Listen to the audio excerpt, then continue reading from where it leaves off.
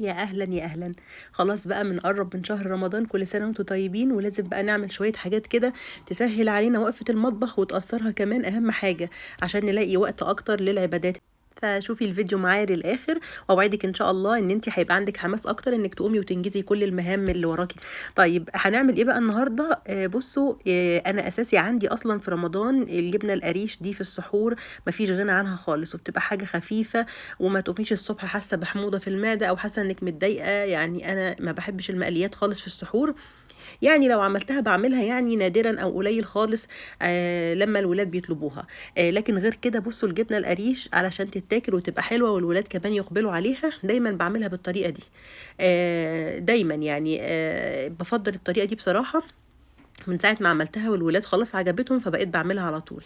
عشان اديها طعم شوية زي الجبنة اللي بتشتريها من بره، اللي هي موجودة في التلاجات، الجبن اللي هم بيعملوها اوريدي في السوبر ماركت بتبقى جاهزة، اللي هي الكيري والحاجات دي. فبحط لها شوية من الجبنة القديمة، لو عندك جبنة قديمة هتبقى حلوه قوي. دي بتديها طعم كده، تحسي كده انها في ايه، ملهاش علاقه خالص بالجبنه القريش، وفي نفس الوقت طعم الجبنه القديمه مش بيبان فيها خالص. بضيف عليها بقى الاضافات اللي شفتوها دي. بضيف عندي، بحط عليها زيت زيتون. ما عندكيش زيت زيتون حطي زيت عادي خالص، او ما تحطيش، يعني برضو دي حاجه ترجع لك. في بحط شويه لبن، او لبن بودر. بحط عليها زعتر، الزعتر بيديها طعم حلو قوي. بتبقى عامله زي طعم اللبنه كده بالزعتر. وكمان بحط عليها بقى، حطي شويه توابل، يعني يا اما تحطي زعتر يا اما تحطي كمون، حاجه من الاتنين. لو هي عادبه قوي ممكن تحط لها رشه ملح، بس انا عشان حطيت جبنه قديمه فما حطيتش اي ملح. كمان بضيف فيها البابريكا، اللي هي المدخنه، برضو بتديها طعم جميل قوي. وعلشان بقى برضو اغير في طعمها من وقت للتاني، ممكن تضيفي عليها، يعني باخد ايه، فلفل احمر وطماطم، بضربهم مع بعض وبعد كده بصفيهم وبضيفها بقى على الجبنة القريش، بتنقلها والله في حتة تانية. بجد والله جربوها، طعمها حكاية وملهاش أي علاقة بالجبنة القريش. باخدها ودايما لما بشتري عندي الجبنة القريش بجيب كيلو وبعمله بالطريقه دي وبقسمه واحطه في الفريزر. وقت ما احب بقى اخلص دي اجي مطلعه العلبه التانية.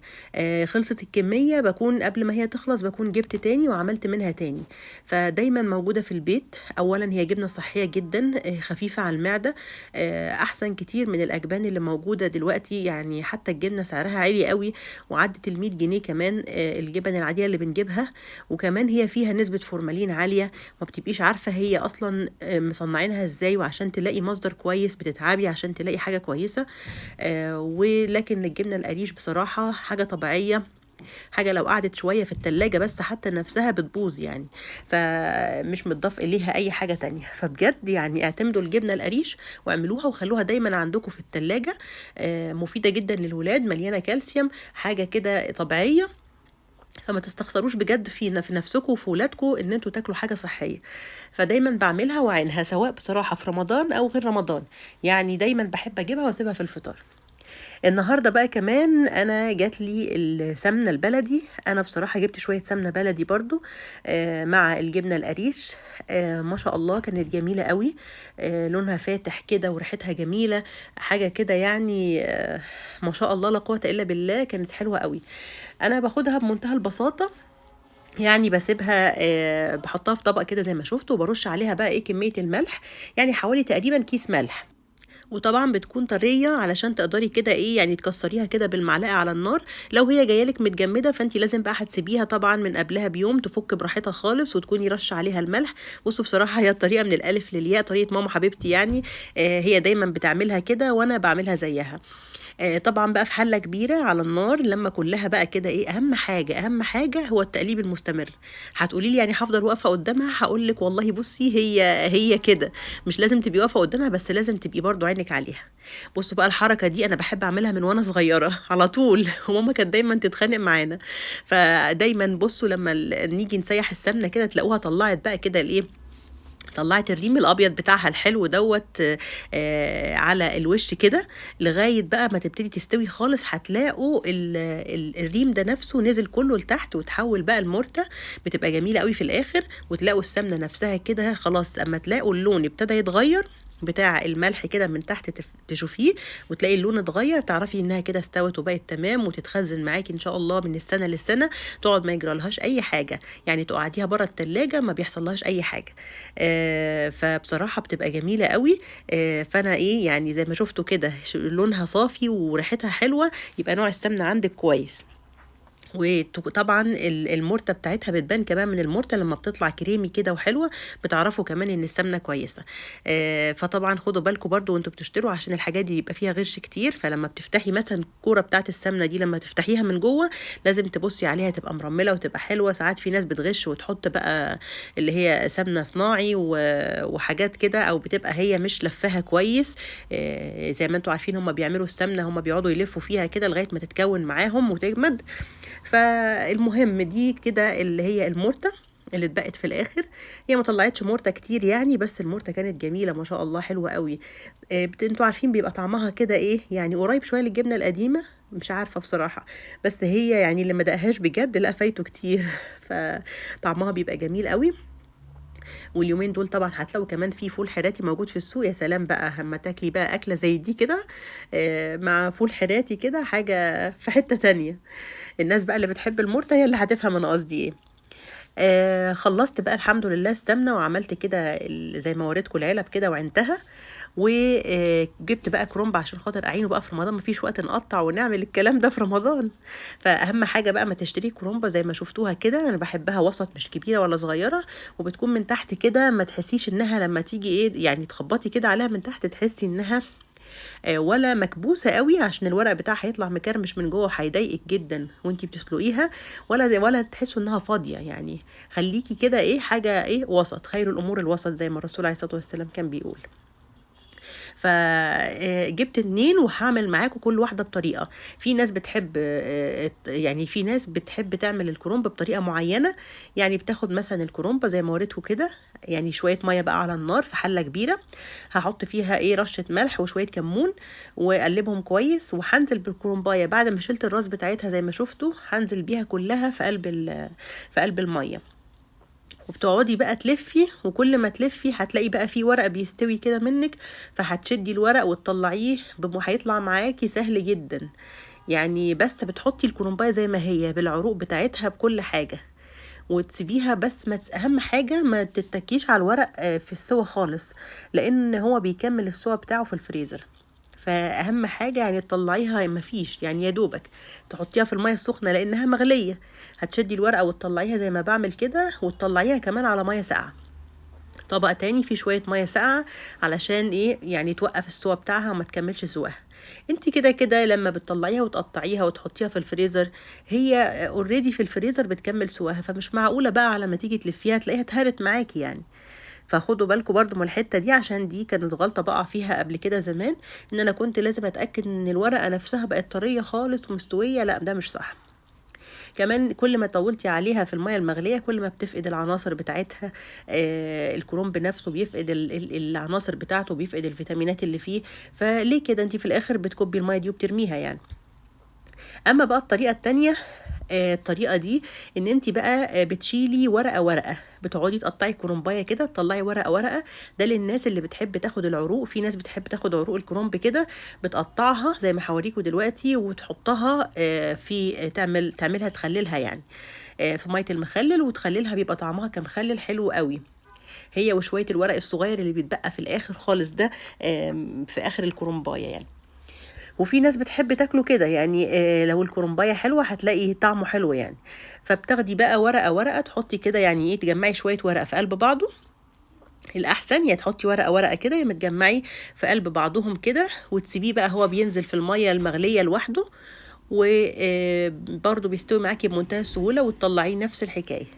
يعني دي طريقه ودي طريقه، الطريقه اللي تريحك اعمليها. يعني انا ساعات اعملها كده وساعات اعملها كده، على حسب بقى انت عايزه العروق دي ولا مش عايزاها، او على حسب انت شايفه بقى الطريقه اسهل من طريقه اللي يريحك. يعني كل الطرق تؤدي الى روما في الاخر. المهم ان الكرنب ايه يتقطع ويتعان ونرتاح احنا من القصه والفيلم ده يعني. مش معقوله في رمضان بقى هتيجي تقفي وتعملي كل العمايل دي وانتي صايمه وتعبانه وما عندكيش وقت. وطبعا انتوا عارفين رمضان كمان المشكله ان هو جاي كمان في قلب الدراسه، فاللي هو مفيش وقت، يعني انت عايزة تقري قرآن، عايزة تصلي تراويح، عايزة تكتري سنن، يعني عايزة تتابعي الولاد عندهم مذاكرة، عايزة تتابعيهم، وراكي حاجات تخلصيها في البيت، وراكي مشاوير عايزة تطلعي تعمليها. تخيلوا كل ده مطلوب منك تخلصيه قبل ميعاد الفطار، وتكوني واقفة بقى في المطبخ قبل ميعاد الفطار ب3 ساعات ولا ساعتين عشان تلحقي تخلصي المشاريب بتاعتك وحلوياتك وكل الحاجات اللي احنا بنعملها في رمضان دي. فطبعا يا جماعة لازم بجد يعني الحاجات دي بتفرق معانا، لازم نسهل على نفسنا برضو شوية يعني، والحاجات دي اوريدي بتعمليها يعني في ايامك العادية.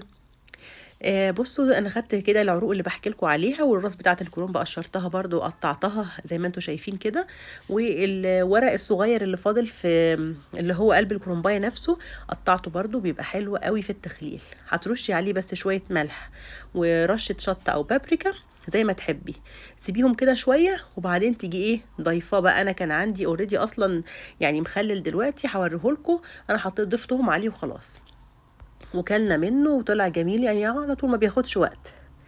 خدت بقى بعد كده الورق الكرنب ده، جمعت حوالي كده 4 5 ورقات فوق بعض، وهنقطع بقى العروق دي خالص ونشيلها. ده بالنسبة للكرنب اللي احنا حطيناه ايه، اللي هي الأولانية اللي حطيناها بالعروق بتاعتها.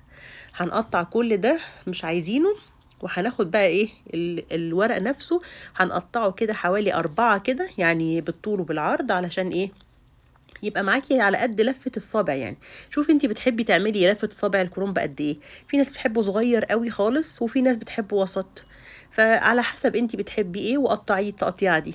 يعني شوفوا بقى احنا مدلعين نفسنا ازاي. فاحنا ما حدش بيدلعنا، احنا اللي بندلع نفسنا. فهنقطع كده الكرنب ونحطه كده كله فوق بعضه، وهسيبه بقى كده شويه، احطه في مصفى كده لو في اي ميه زياده تنزل، وبعد كده هبتدي ايه احطه في اكياس واوزعه في الفريزر على طول، يبقى جاهز بقى معاكي. خصصي لهم درج كده في الفريزر. حطي مثلا، انا الحمد لله عملت البسله برضو وخلصتها، بس بصراحه نسيت اصورها معاكم. كانت برضو خدت وجع دماغ يعني عشان تخلصي البسله وتقطعي لها الجزر، وخدتهم غلوه كده بسيطه، هم 2 3 دقايق على النار في ميه مغليه، وصفيتها برضو وعبيتها في اكياس وحطيتها. الحاجات دي بتنفع قوي عايزه اقول لكم يعني. فيبقى عندك البسله، يعني انصحك تخلصي دلوقتي، ده الموسم بتاعها. سعرها حلو قوي، يعني سعرها دلوقتي في حدود 20 جنيه، ومش هتلاقيها ارخص من كده يعني. يعني هي كانت ب30 وابتدى سعرها ينزل.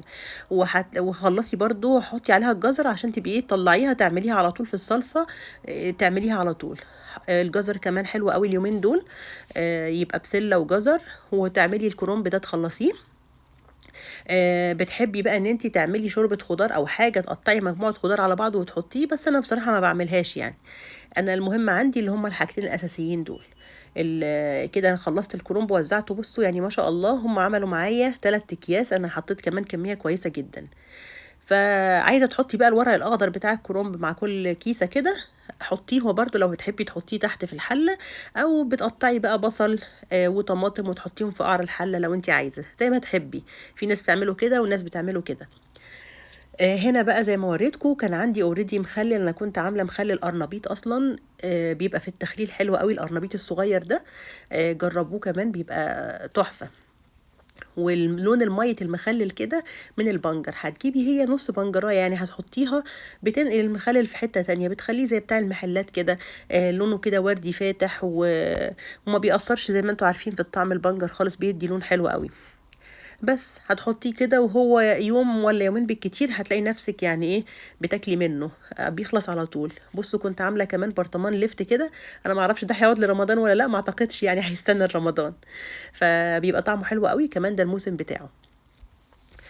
كنت عايزه اوريكم بقى حاجه برضو، انا كنت نزلت السوبر ماركت وجبت كنت عايزه اجيب رز بسمتي ضروري برضو عشان اعينه رمضان، كنوع من انواع التغيير. يعني لما بنزهق بقى من الرز البلدي بتاعنا بنجيب رز بسمتي وبنستعمله بقى ايه لو انت عندك عزومه ولا حاجه، بيبقى حلو قوي في العزايم.